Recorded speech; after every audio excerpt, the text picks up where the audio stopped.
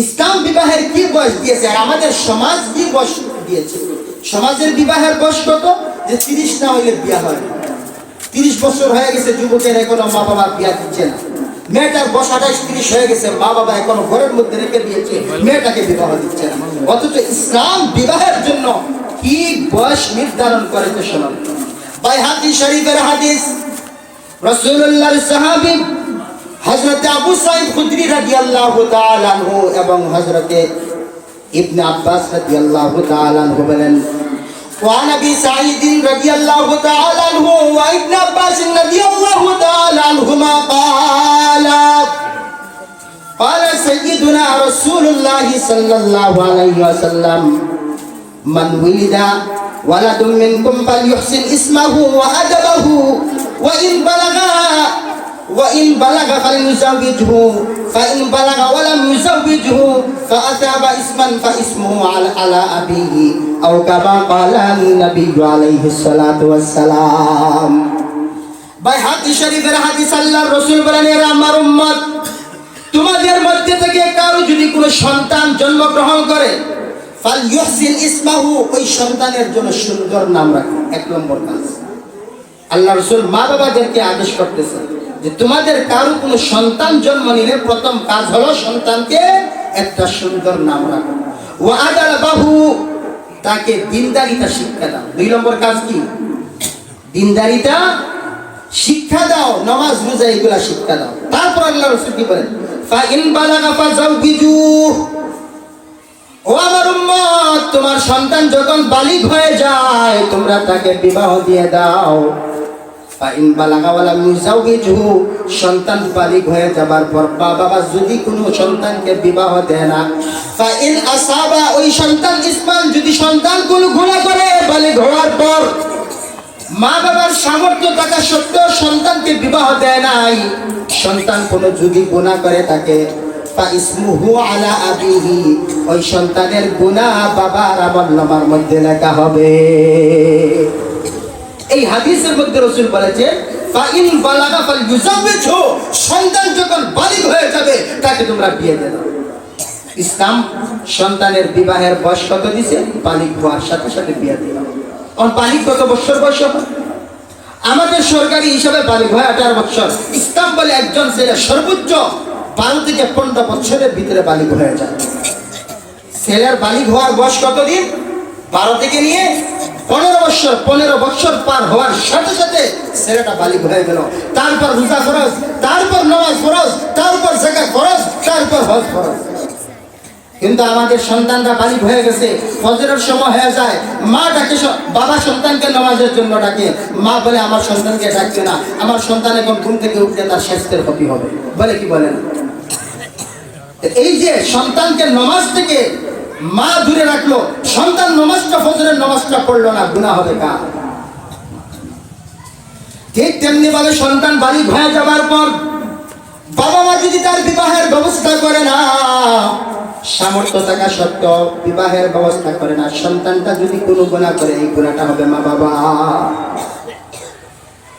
বাইহাকি শরীফের অন্য হাদিসের মধ্যে এসেছে, আল্লাহর রাসূল আরো স্পষ্ট করে বলতেছেন, وعن ابن عمر رضي الله تعالى عنه وانس بن مالك رضي الله تعالى عنهما عن النبي صلى الله عليه وسلم قال مكتوب في التوراة, আল্লাহর নবী বলেন তাওরাত কিতাবের মধ্যে লেখা আছে, মান বালাগাত ইবনাতুহু ইসনাতাই আশরাতা সানাতান, যে মা বাবার মেয়ে সন্তানের বয়স 12 বছর হয়ে গেছে, যে মেয়ে সন্তানের বয়স কত হয়ে গেছে? কত হয়ে গেছে? 12 হয়ে গেছে, কিন্তু মা বাবা তাকে ওই মেয়েটাকে বিবাহ দেয় নাই, আর মেয়েটা বালিগা হওয়ার পর গুনার কাজ করলো। আল্লাহর নবী বলেন এই মেয়েটা গুনাহ করার, এই গুনার অপরাধটা, গুনার ক্ষতিটা তার বাবার আমলনামার মধ্যে যাবে। তাহলে এই দুইটা হাদিসের দ্বারা বুঝলাম বিবাহ শাদীর বয়স বালিগ হওয়ার সাথে সাথে। বিবাহ শাদীর বয়স কি? বালিগ হওয়ার সাথে সাথে।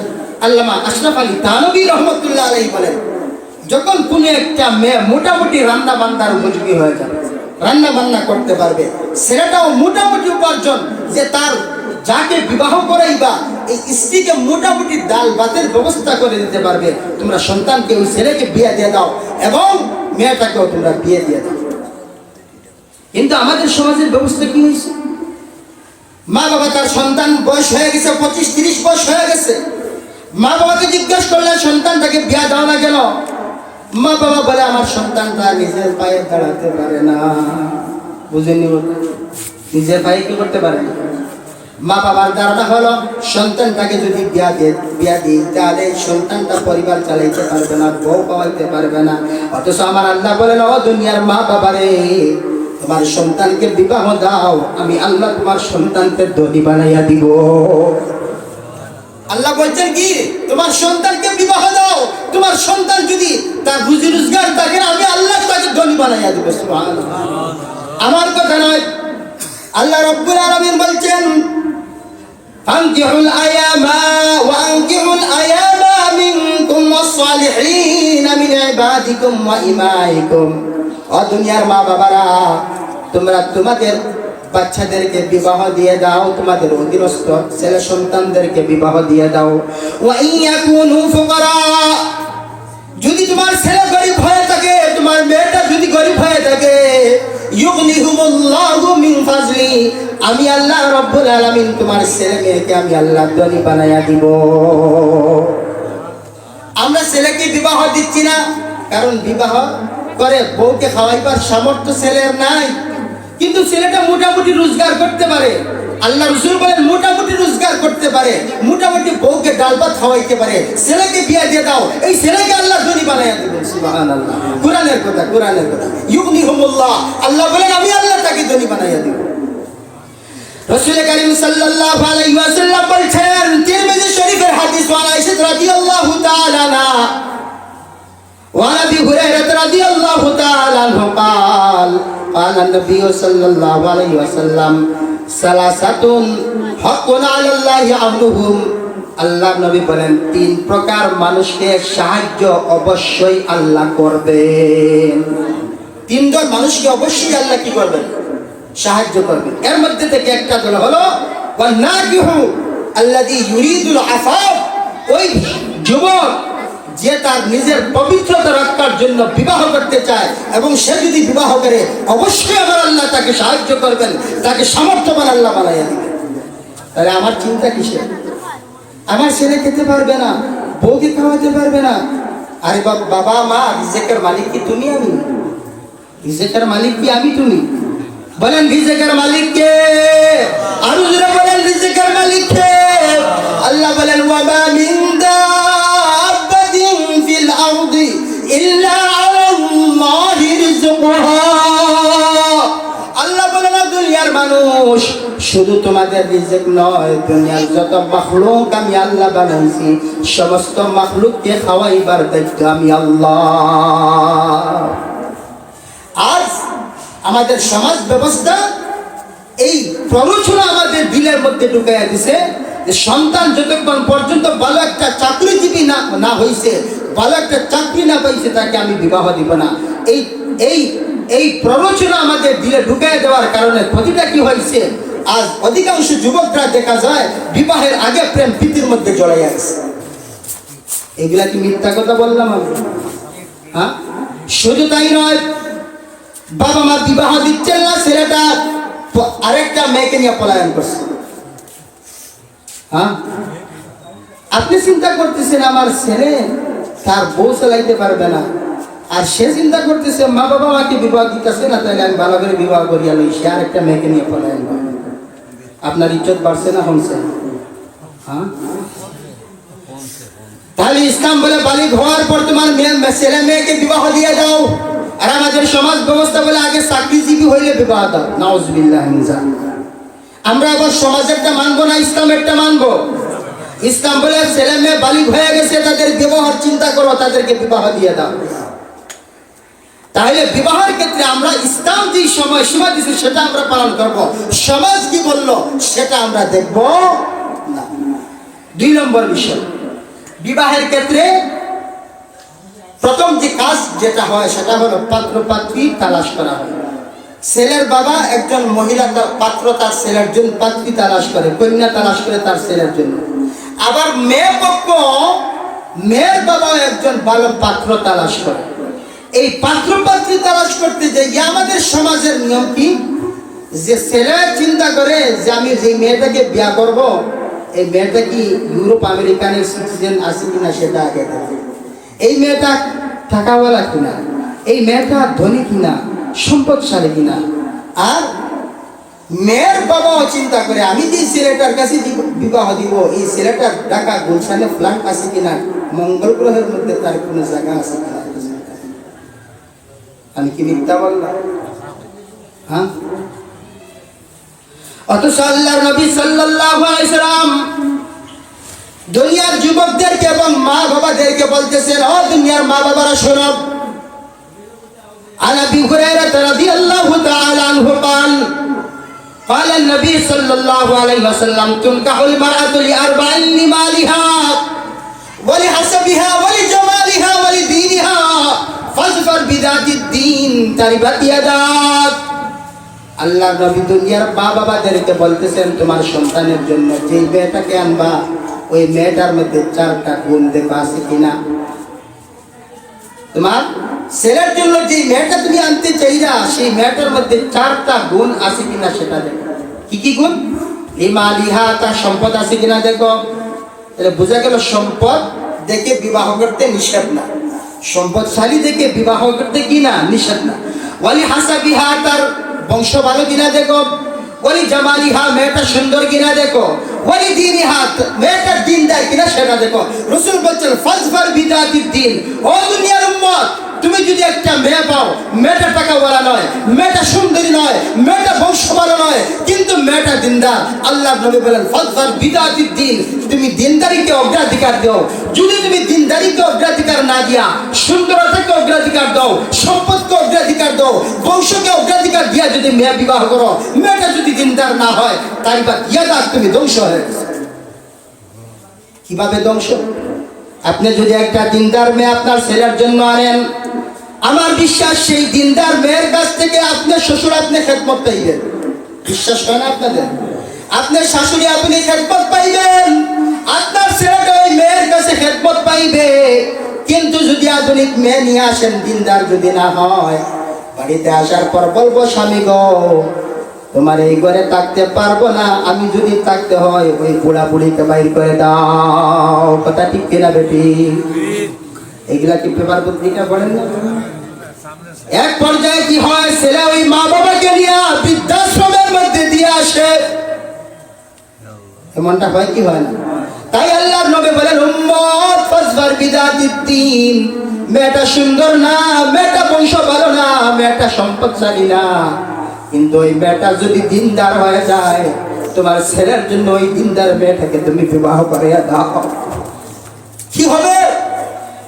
আল্লাহর নবী বলেন, যদি মেয়েটা দিনদার হয়ে থাকে, আল্লাহ পাক রব্বুল আলামিন ওই মেয়ের উসিলায় তোমার ঘরের মধ্যে আল্লাহ বরকত নাযিল করবেন। সুবহানাল্লাহ।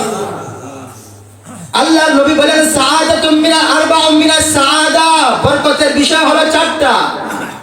আল্লাহর নবী বলেন 4টা জিনিস হলো বরকতের বিষয়। তার মধ্যে থেকে আল্লাহর নবী বলেন, মুস্তাদরাকে হাকিমের riwayat, আল্লাহর রাসূল বলেন, আল মারআতুস সালিহা, কোন ঘরের মধ্যে যদি নেককার মহিলা থাকে, বুঝতে হবে ওই ঘরের মানুষগুলা ভাগ্যবান। এই মেয়েটা বরকতওয়ালা, কারণ এই দিনদার মহিলা হাত তুলতে দেরি হয়, আল্লাহর দরবার তার দোয়া কবুল হতে দেরি হয়।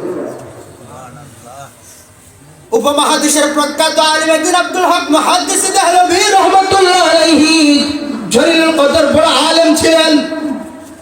তিনি ঘটনা বর্ণনা করতেছেন, একবার দিল্লির মধ্যে বৃষ্টি হইতেছে না, হাজার হাজার উলামায়ে কেরাম, হাজার হাজার মানুষদেরকে নিয়ে দিল্লির একটা বড় ময়দানের মধ্যে জমায়েত হইয়া সালাতুল ইস্তিসকার নামাজ আদায় করে আল্লাহর দরবারে দোয়া করতেছেন, আল্লাহ তুমি বৃষ্টি নাজিল করো।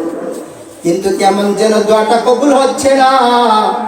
হঠাৎ করে দেখা গেল একজন মহিলা বুরকা পরিধান করে ওই মাঠের কাছ দিয়ে যাচ্ছে। সুবহানাল্লাহ। ওই মেয়েটার সাথে ছোট্ট একটা ছেলে এসে আব্দুল হক মুহাদ্দিস দেহলভী বলতেছে, আপনারা এখানে কি করতেছেন? আব্দুল হক দেহলভী রহমাতুল্লাহ আলাইহি বলছেন, দেখো না বৃষ্টি হইতেছে না, আমরা আল্লাহর কাছে বৃষ্টি কামনা করতেছি কিন্তু বৃষ্টি হইতেছে। ছেলেটা বলল, আপনি যদি আমাকে পারমিশন দেন, ওই যে মহিলা দেখা যাচ্ছে ওই মহিলাকে দিয়ে একটা দোয়া করাইয়া দে। সাথে সাথে ওই ছোট বাচ্চাটা গিয়া তার মায়ের হাতের মধ্যে এইভাবে ধরছে। সাথে সাথে ওই দিনদার মহিলা, বোরকাওয়ালা মহিলা দুই হাত আকাশের দিকে উঠেছে। মুহূর্তের ভিতরে আসমান থেকে বৃষ্টি নাজিল শুরু হয়ে গেছে। আব্দুল হক মুহাদ্দিস দেহলভী আশ্চর্য হয়ে গেছেন। ওই বাচ্চাকে দেখে বললেন, ওই মেয়েটাকে? বাচ্চাটা বলল, ওই মেয়ে হলেন আমার মা। আব্দুল হক দেহলভী রহমাতুল্লাহ আলাইহি বলেন, এর সন্তান, তোমার মায়ের এমন কোন কেরামতি রে? আমরা এতক্ষণ পর্যন্ত আল্লাহর কাছে দোয়া করলাম, কাজ হলো না। তোর মাটা হাত উঠাইতে দেরি হয় নাই, সাথে সাথে বৃষ্টি নাজিল হয়। সন্তান বলে, আব্দুল হক মুহাদ্দিস দেহলভী গো, আমার মা এমন মা, যে মা আগে আজ পর্যন্ত কোনো পরপুরুষ দেখে নাই। আর আমার মা এমন মা, যে মা আজ পর্যন্ত কোনো বেগানা পুরুষের দিকে তাকায় না। তাহলে ভাইয়েরা, বাবারা, আমার অনুরোধ থাকবে, সন্তানকে বিবাহ করানোর ক্ষেত্রে আপনি দিনদার মেয়ে তালাশ করবেন, ঠিক আছে? কারণ দিনদার মেয়ে যদি হয়ে থাকে, এই মেয়ের ওরস থেকে যে সন্তানটা হবে, সেই সন্তানটাও আল্লাহর ওলি হবে। সুবহানাল্লাহ বলবেন না? আপনারা অবশ্যই নাম শুনেছেন, খাজা মুঈনুদ্দিন চিশতি আজমিরি রহমাতুল্লাহ আলাইহির নাম শুনেছেন। খাজা মুঈনুদ্দিন চিশতি আজমিরি রহমাতুল্লাহ আলাইহি যখন বাংলাতে আসলেন, 7 লক্ষ হিন্দু তার হাতে কালিমা পড়ে মুসলমান হয়ে গেছে। মায়ের কাছে যাইয়া বললেন, মা গো, আমি আজকে বড় সৌভাগ্যবান। মা বললেন, কেন? মুঈনুদ্দিন চিশতি বলেন, ও মা, আমার কাছে 7 লক্ষ হিন্দু কালিমা পড়ে মুসলমান হয়েছে।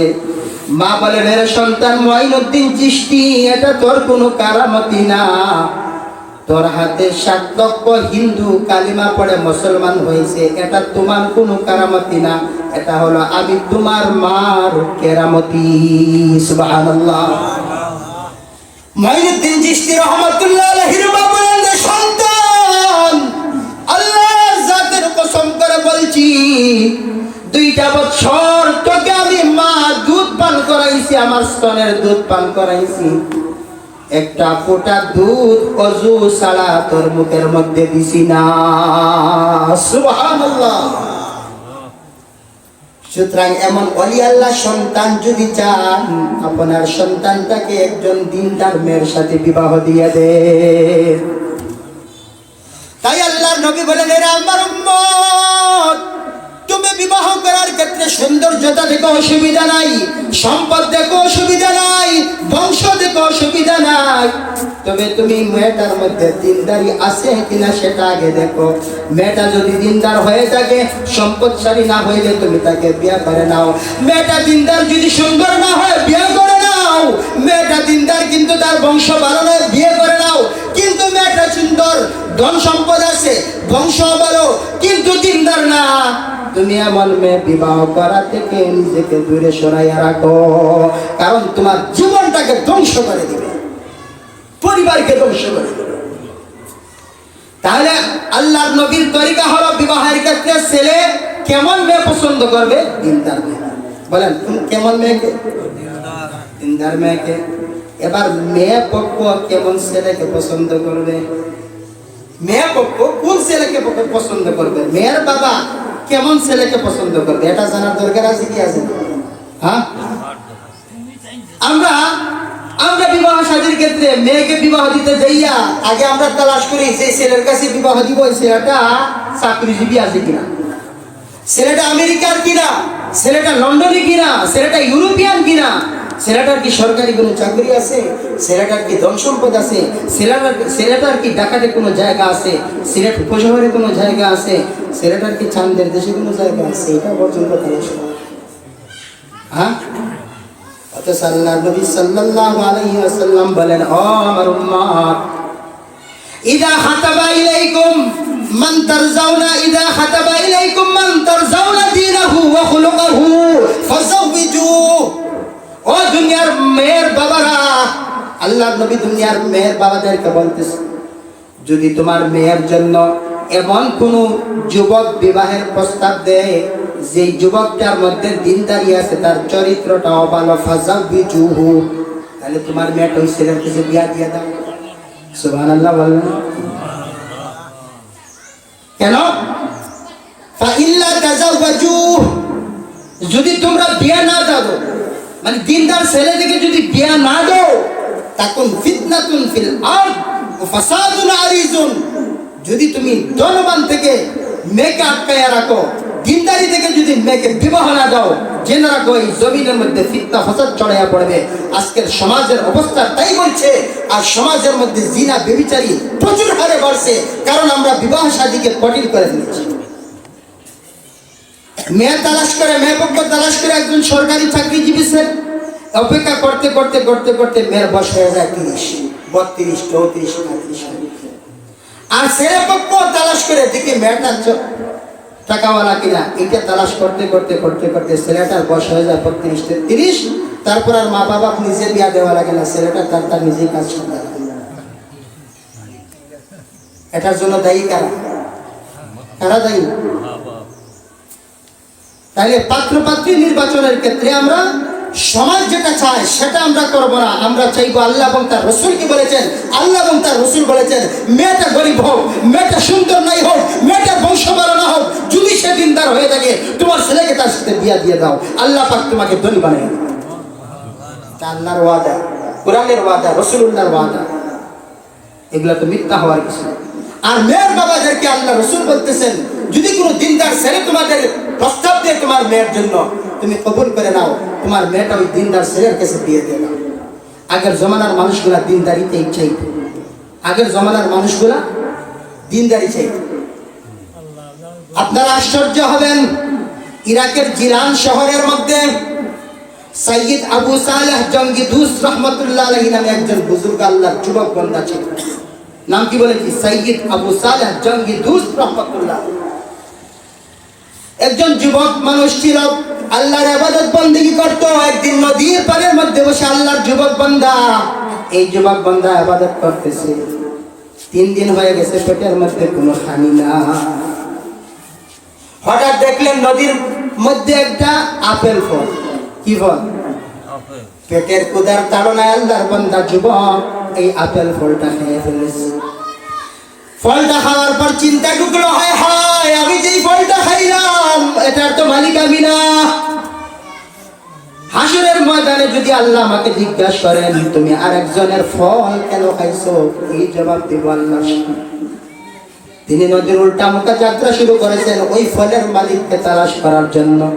বহুদূর চলে যাবার পর দেখতে পাইলেন নদীর পাড়ের মধ্যে বড় ফলের বাগান আছে, আপেল ফলের বাগান। তিনি বুঝে নিতে পারলেন এই বাড়ির বাগানের মালিক এই ফলের মালিক। তিনি বাড়িতে প্রবেশ করলেন। প্রবেশ করার পর বাড়ির মালিকের সাথে আলোচনা করলেন, ও আল্লাহর বান্দা, আমি 3 দিন থেকে ক্ষুধার্ত, নদীর মধ্যে একটা আপেল ফল খেয়ে মেরেছি, এবার আমি তোমার কাছে এসেছি, ওই ফলের পাওনাটা তুমি মাফ করে দাও আমাকে। আমি যে ফল খাইছি এটার পাওনাটা তুমি কি করে দাও, মাফ করে। যে ব্যক্তির কাছে গেছে ওনার নাম হলো আব্দুল্লাহ সুমাই রহমতুল্লাহ। উনিও বহুত বড় বুজুর্গ ছিলেন। আব্দুল্লাহ সুমাই রহমতুল্লাহ আলাইহি যখন এই যুবকের কথা শুনলেন, বললেন, মনে মনে বললেন, নিশ্চয় যুবকটা অনেক মুত্তাকি যুবক, আল্লাহওয়ালা যুবক, নতুবা ফল খাইছে এটার জন্য আবার মাফ চাওয়ার কি আছে। নিশ্চয়ই এই যুবকের ভিতরে খোদার ভয় রয়েছে, আল্লাহর ভয় রয়েছে, নিশ্চয় যুবকটা দিনদার। উনি এই সুযোগটাকে কাজে লাগাইয়া আব্দুল্লাহ সুমাই রহমতুল্লাহ আলাইহি বললেন, এই যুবক, তোরে আমি এমনি মাফ করবো না, আমার বাগানে তুই 10 বছর চাকরি করতে হবে। আবু সালেহ জঙ্গি রহমতুল্লাহ আলাইহি বললেন, ঠিক আছে, আখিরাতের শাস্তির চেয়ে দুনিয়ার শাস্তিটাই গ্রহণ করে নেওয়াটা ভালো। বললেন, ঠিক আছে, আমি 10 বছর চাকরি করব। 10 বছর পর আবু সালেহ জঙ্গিদুস রহমতুল্লাহ আলাইহি বাগানের মালিকের কাছে যাইয়া বললেন, ও আমার মনিব, 10 বছর হয়ে গেছে, এবার আমাকে মাফ করে দিন।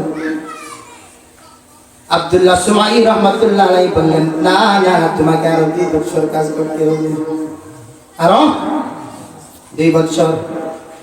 এই যুবক তো আল্লাহওয়ালা যুবক, কারণ দুনিয়াতে যদি মাফ করাইতে না পারি তাহলে তো আখিরাতে মাফ পাবো না। বললেন ঠিক আছে, আমি আরো 2 বছর আপনার চাকরি করব। 2 বছর চাকরি করার পর আবু সালেহ জঙ্গি দুস রহমতুল্লাহ আলাইহি এবার সাইদ আব্দুল্লাহ সুমাই রহমতুল্লাহ আলাইহি বললেন, 12 বছর হয়ে গেছে, অতিরিক্ত 2 বছর হয়ে গেছে, এবার আমাকে মাফ করে দেন। বাগানের মালিক বলে, না, মাফ করা যাবে না, তোমাকে আরেকটা শর্ত পূরণ করতে হবে। কি শর্ত? বলে, আমার একটা মেয়ে আছে, মেয়েটা ল্যাংড়া, লোলা, খানা, হালুয়া। কটা হয়েছে? কি কি? ল্যাংড়া, লোলা, খানা, বুবা, হালুয়া। মানে কি? কোথাও কইতে পারে না, চোখেও দেখে না, খানেও শুনে না, পাও নাই, হাতও নাই।